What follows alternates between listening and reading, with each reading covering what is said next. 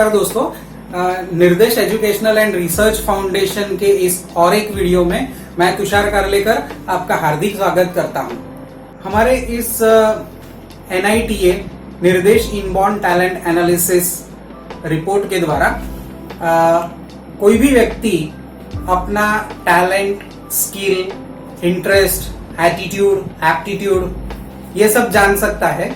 ये तो आप जानते ही है, आपने हमारे पिछले वीडियो में देखा है। आज इस वीडियो में हम देखेंगे कि मोबाइल से फोटो खींच के फिंगरप्रिंट्स कैसे ली जाए। हमारे इस NITA निर्देश इनबॉर्न टैलेंट एनालिसिस, ये एनालिसिस पाने के लिए सबसे पहली बेसिक जरूरत है कि हमारे 10 उंगलियों के फिंगरप्रिंट्स हमें चाहिए और हर एक उंगली का लेफ्ट, सेंटर और राइट ऐसा पूरा कर्व हमें चाहिए। इन फिंगरप्रिंट्स के जो इमेजेस है उसमें बहुत बारीक रेखाएं और कुछ आकार दिखेंगे हमें, जैसे कि शंख, चक्र, वलय। तो ये क्लियर दिखने चाहिए। इनको देख के हमारे एक्सपर्ट्स एनालिसिस करेंगे और रिपोर्ट बनाएंगे। इन रेखाओं और आकृतियों को यानी इन इमेजेस को जब हमारे एक्सपर्ट्स जूम करेंगे तो उन आकृतियों को क्लियर देख सकेंगे।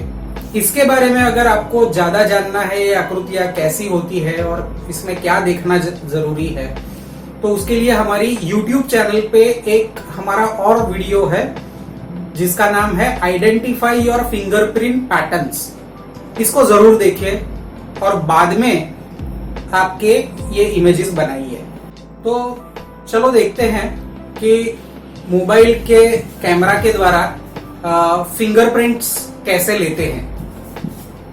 इसके लिए आपके पास एक अच्छा स्मार्टफोन होना चाहिए जिसका कैमरा अच्छा हो, रियर कैमरा अच्छा हो। इसकी और तैयारी के लिए आपको बस दो में से कोई एक चीज चाहिए। स्त्रियों के, लेडीज के लिए मेकअप में जो पाउडर कॉम्पैक्ट होता है ये ले सकते हैं, या तो काजल जो आंखों के लिए यूज होता है वो ले सकते हैं। ये दो चीजें आपके पास होनी चाहिए, दोनों में से कोई एक होगी तो भी चलेगा। अब जब भी फिंगरप्रिंट्स लेने हैं तो हमारे हाथों की ये जो फिंगर टिप्स है यानी उंगलियों के नोक, इनको कोई भी अच्छे साबुन से या हैंड वॉश से स्वच्छ धो लें। इन धोए हुए स्वच्छ फिंगरप्रिंट्स का डायरेक्ट फोटो लेके भी आप हमें भेज सकते हो, इमेजेस ले सकते हो।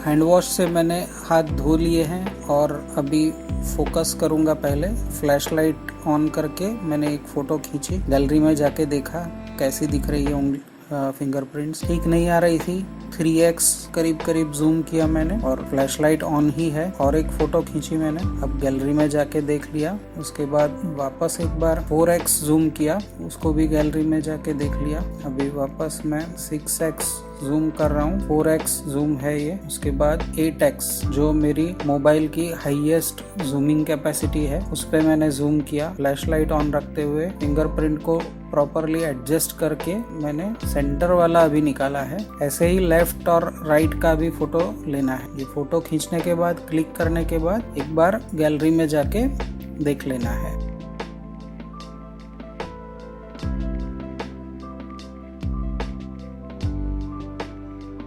लेकिन कुछ व्यक्तियों के ये जो फिंगरप्रिंट होते हैं वो बहुत ही फेड होते हैं, जिसकी रेखाओं को उभारने के लिए ये कॉम्पैक्ट या काजल का आप उपयोग कर सकते हैं।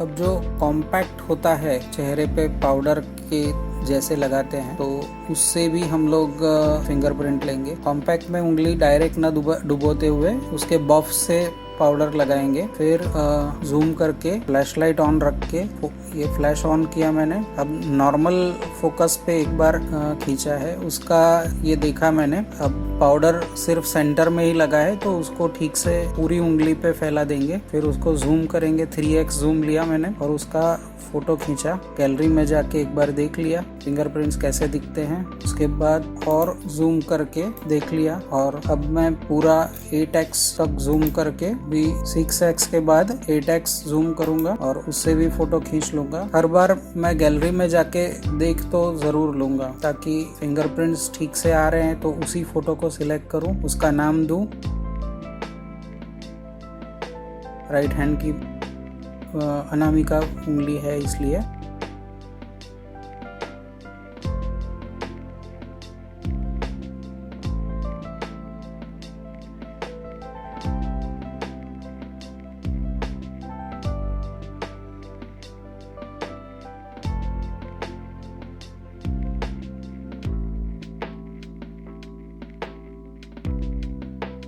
डेमो में हम लोग काजल से कैसे फिंगरप्रिंट लेते हैं, उसका फोटो खींचते हैं, वो देख। सबसे पहले अपनी उंगली पे काजल को अच्छी तरह से फैला दीजिए। इसमें डेमो के लिए मैं फैला रहा हूँ तो उसको प्रॉपरली आपको एक बार देख लेना है। जब भी पूरा काजल फैल जाए उंगली पे, फिर इसका फोटो लेंगे। फोटो लेते समय हम पहले नॉर्मल फोटो लेंगे, फोकस ठीक से करेंगे, फिर उसको एक बार देख लेंगे जूम करके। ये 1.7 जूम पे एक फोटो खींची है। गैलरी में जाके उसको देख लेंगे कैसी फोटो आती है। उसके बाद थोड़ा और जूम करेंगे। अभी मैंने 3x का जूम किया है और फोटो खींचा है, उसको भी गैलरी में जाके एक बार देख लेंगे। क्लैरिटी अगर अच्छी है तो ये जो भी उंगली है राइट हैंड की फर्स्ट उंगली सेकेंड उंगली है। अभी मैंने 6x जूम किया है, को भी देख लिया एक बार गैलरी में जाके चेक कर लिया। जिसमें सबसे अच्छे शेप्स और लाइंस दिखते हैं वो वाला फोटो सिलेक्ट करना है। अब मैं मेरे फोन में 8x तक जूम हो सकता है तो 8x तक जूम किया है और उससे भी एक बार फ्लैशलाइट ऑन रख के ही मैंने फोटो खींचा है। अब ये भी एक बार देख लिया है। अब ये राइट हैंड की दूसरी उंगली यानी अनामिका है तो उसको मैंने नाम दे दिया R1C क्योंकि सेंटर का फोटो है। जब भी हमें फिंगरप्रिंट लेनी है यानी कि फोटो लेना है फिंगरप्रिंट का, तो दो बातें खास ध्यान में रखें। एक तो आपका जो कैमरा है उसको हाईएस्ट जूम करके फोटो लेना है, और दूसरी बात कि कैमरे की फोन की ये फ्लैशलाइट चालू होनी चाहिए जिससे कि आप उंगली पे प्रॉपर फोकस कर सकते हो। सबसे पहले हमें लेफ्ट हैंड के अंगूठे से शुरू करना है। उसका ये लेफ्ट साइड का भाग सेंटर तक आए, इसको हमें फोटो लेना है। और इसको हम नाम देंगे L1L, यानी L1 यानी अंगूठा लेफ्ट हैंड का और L मींस लेफ्ट साइड। उसके बाद इसी अंगूठे के और दो इमेजेस लेंगे, सेंटर और राइट। तो सेंटर में एग्जैक्ट सेंटर आना चाहिए और उसका हम फोटो लेंगे। उसके बाद राइट साइड का यहां से शुरू करके सेंटर तक ये लाइनें भी आनी चाहिए, तो इसका हम फोटो लेंगे। इस तरह मोबाइल से हम लोग 10 उंगलियों के 3 इमेजेस यानी टोटल आपको 30 इमेजेस लेने हैं। ये L1 हुआ, ये L2, L3, L4, L5, ऐसे ही R1, R2, R3, R4 और R5। जब भी हम किसी एक उंगली का फोटो खींचेंगे, 3 फोटो खींचेंगे, तो इसके बाद एक फोटो नहीं खींचने हैं। पहले इसको लेंगे और बाद में हम गैलरी में जाएंगे या फाइल मैनेजर में जाएंगे। इन तीनों इमेजेस का हम जो बाय डिफॉल्ट नाम आता है उसको बदलेंगे, रीनेम करेंगे। और लेफ्ट साइड वाले को L1L, सेंटर वाले को L1C और राइट साइड वाले इमेज को L1R ऐसा नाम देंगे। हर एक उंगली के जब 3 फोटो खींचेंगे तो उस समय हम लोग हमेशा गैलरी में या फाइल मैनेजर में जाके उन तीनों फोटो को, इमेजेस को, फाइल्स का नाम बदलेंगे। ये खास जरूरी है, इसको ध्यान में रखें। हर एक उंगली के 3 इमेजेस लेके उसको रीनेम करना इसलिए जरूरी है कि अगर मैंने ये सोचा कि मैं एक बार सबसे पहले 30 फोटो खींच लेता हूं और उसको फिर रीनेम कर दूंगा, तो ये भी हो सकता है कि किसी एक उंगली का फिंगरप्रिंट्स क्लियर नहीं आया और आपने एक ही उंगली के 3 के बदले 4 या 5 फोटो खींचे हैं, तो वहां पे कंफ्यूजन हो सकता है। दूसरा, या तो आप भूल गए कि पहले कौन सी उंगली थी, बाद में कौन सी उंगली थी, और इमेजेस के नाम आप ठीक से रीनेम नहीं कर पाए। तो यह कंफ्यूजन का निवारण करने के लिए आपको हर एक उंगली के 3 फोटो जब आपको क्लियर मिल जाए तो उनको रीनेम कर दे। ये सबसे आसान तरीका। जब आपने ये 200 उंगलियों के 30 इमेज ले लिए और उनको रीनेम भी कर दिया, तो उसके बाद इनको आपको हमें सिर्फ ईमेल में ही भेजना है, क्योंकि ईमेल जब भेजते हो आप तो उसकी क्वालिटी और क्लैरिटी बहुत ही प्रॉपरली हमें मिल सकती है। आपको यह ईमेल हमें नीचे जो ईमेल आईडी दिया गया है fingerprints.nita@gmail.com, इस पे भेजना है। और साथ में भी जो फोन नंबर दिए गए हैं उसमें से किसी भी एक फोन नंबर पर आप फोन करके हमें कंफर्म कर सकते हो कि आपने हमें मेल भेजा है, हम देख लें और हमें क्लियर मिला है या नहीं, अटैचमेंट उसके खुल रहे हैं या नहीं। अगर आपका फोन बहुत अच्छा है और हाई रिजोल्यूशन वाला है और आपके इमेजेस की साइज बहुत बड़ी है, तो मेल में सिर्फ 25 MB तक ही जा सकता है।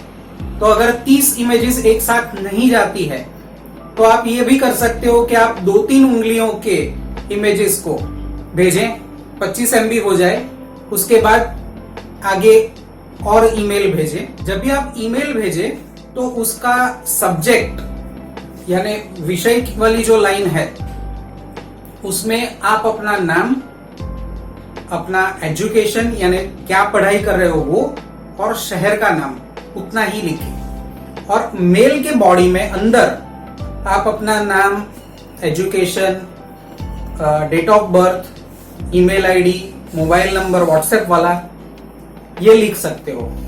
और इमेजेस टोटल आपने कितनी भेजी है इस मेल में वो जरूर मेंशन कर दे। ईमेल भेजने के बाद सेफ्टी के लिए आप हमें इन 300 इमेजेस को व्हाट्सएप से भी भेज सकते हो, लेकिन उसमें भी खास ध्यान ये रहना चाहिए कि हर एक फाइल का नाम, मान लीजिए कि आपने राइट हैंड का, दाहिने हाथ के अंगूठे का के 3 इमेजेस भेजे हैं, तो इसको हमने नाम क्या दिया है, R1। तो इसका ये इमेज लेफ्ट साइड का जो है वो लेफ्ट साइड का जो इमेज है वो R1L यानी राइट हैंड के अंगूठा उसके लेफ्ट साइड की इमेज, R1C और R1R यानी राइट अंगूठे की राइट साइड, ऐसा होना चाहिए। हमारा फाउंडेशन नो प्रॉफिट के आधार पर काम करता है, इसलिए आपको ये रिपोर्ट बहुत ही नॉमिनल यानी सामान्य फीस या कॉस्ट पे आपको मिल सकती है। अगर इस रिपोर्ट की जानकारी आपको किसी स्कूल, कॉलेज, ट्यूशन क्लास या और किसी संस्था के द्वारा मिली है, तो यह फिंगरप्रिंट्स की रिपोर्ट्स आप इमेजेस और पैसा आप उनके द्वारा भेज सकते हो। और अगर डायरेक्ट हमें भेजना है तो हमारा बैंक अकाउंट नंबर दिया गया है, बैंक डिटेल दी गई है, उससे भेज सकते हो। या हमारा एक और नंबर है जो फोन पे, गूगल पे या किसी भी यूपीआई से इस पे पैसा भेज सकते। अगर हमारा यह वीडियो आपको पसंद आया है तो इसे लाइक या शेयर जरूर कीजिए और हमारी यह YouTube चैनल निर्देश एजुकेशन इसे सब्सक्राइब कीजिए और बेल आइकन को जरूर प्रेस कीजिए ताकि हमारे नए जो वीडियो आए तो आपको निरंतर मिलते रहे। मैं तुषार कारलेकर निर्देश एजुकेशनल एंड रिसर्च फाउंडेशन की तरफ से तहे दिल से आपका शुक्रिया अदा करता हूं, धन्यवाद करता हूं। थैंक यू, धन्यवाद।